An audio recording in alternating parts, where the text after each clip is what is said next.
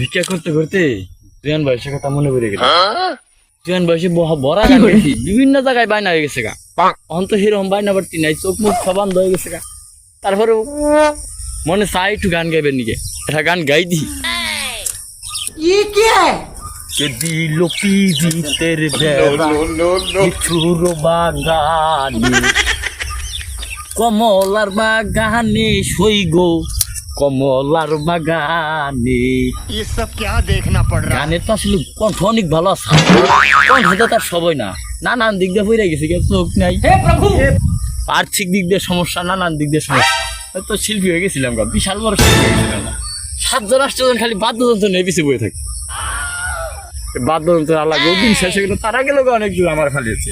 আমার বাদ্যযন্ত্র এই যে, আর এই যে এই যে নেই এখন বর্তমান গান বাজনা করি, গান ওই বার কটা মাল ঘুরে কটা সেল নিয়ে খেয়েছি।